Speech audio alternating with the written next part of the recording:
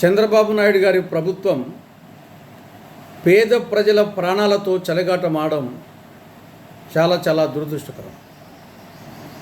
చంద్రబాబు నాయుడు గారి పాలనలో రాష్ట్రంలో ఆరోగ్యశ్రీ పథకం అనారోగ్యశ్రీ పథకంగా తయారైంది. పేదలకు సైతం కార్పొరేట్ స్థాయి మెరుగైన వైద్య సేవలు ఉచితంగా అందించాలి అనే బృహత్తర లక్ష్యంతో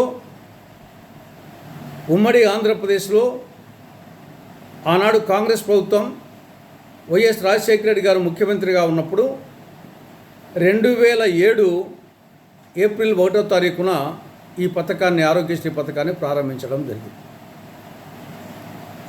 ఈ పథకం ద్వారా కొన్ని లక్షల మంది పునర్జన్మ ఎత్తారు. చావు అంచులకు పోయి ప్రాణాలతో తిరిగి వచ్చారు. అటువంటి బృహత్తరమైన మహత్తరమైన పథకం అటు చంద్రబాబు పాలనలో ఇటు జగన్ పాలనలో నిర్వీర్యమైపోయింది. కూటమి పాలనలో చంద్రబాబు పాలనలో ఈ 22 నెలల్లోనే నెట్వర్క్ హాస్పిటల్స్ 3 సార్లు సమ్మెబాట పట్టాయి. ఈ ఆరోగ్యశ్రీ పథకం కింద రాష్ట్రంలో 2300 నెట్వర్క్ హాస్పిటల్స్ ఉన్నాయి. ఈ నెట్వర్క్ హాస్పిటల్స్ బకాయిలు సకాలంలో చెల్లించని కారణంగా 3 సార్లు సమ్మెబాట పట్టాయి. మళ్ళీ ఈరోజు ఏప్రిల్ 1వ తారీఖు నుంచి సమ్మెబాట పట్టాయి. Already AP specialist hospitals association వాళ్ళు ఆశా వాళ్ళు వారం 10 రోజుల కిందటే నోటీస్ ఇచ్చారు. మా బకాయిలు చెల్లించండి, లేకుంటే మేము ఏప్రిల్ 1వ తారీఖు నుంచి సమ్మెలోకి పోవాల్సి వస్తుంది, మేము ఆరోగ్య సేవలు బంద్ చేస్తాము అని వాళ్ళు నోటీసులు ఇవ్వడం జరిగింది. కానీ రాష్ట్ర ప్రభుత్వంలో ఉలుకు పలుకు లేదు. పర్యవసానంగా ఈరోజు నుంచి నెట్వర్క్ హాస్పిటల్స్ ఆరోగ్యశ్రీ సేవలు బంద్ చేశాయి. 3,000 కోట్ల రూపాయలు బకాయిలు ఉన్నాయి.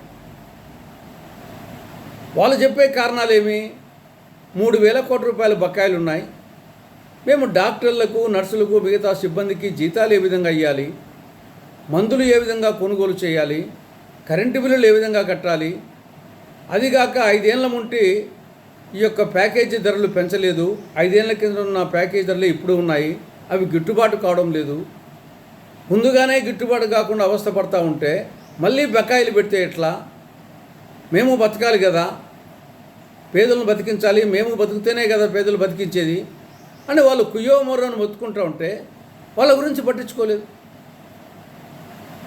ఏదో స్వర్ణాంధ్ర, స్వచ్ఛాంధ్ర, హెల్తీ, వెల్తీ అని ఊరికే మాటలు మాట్లాడమే తప్ప క్షేత్రస్థాయిలో ఏమీ లేదు. ఈ ఆరోగ్యశ్రీ సేవలు బంద్ అయితే అనేక మంది చనిపోయే ప్రమాదం ఉంది. ఈ ఆరోగ్యశ్రీ పథకం వలన చావు అంచులకు పోయి తిరిగి వస్తున్నారు. ఈ పథకం లేకపోతే ఆ చావు అంచులకు పోయి అట్టే పడిపోతారు. ఇది చాలా ప్రమాదకరమైనటువంటి విషయం.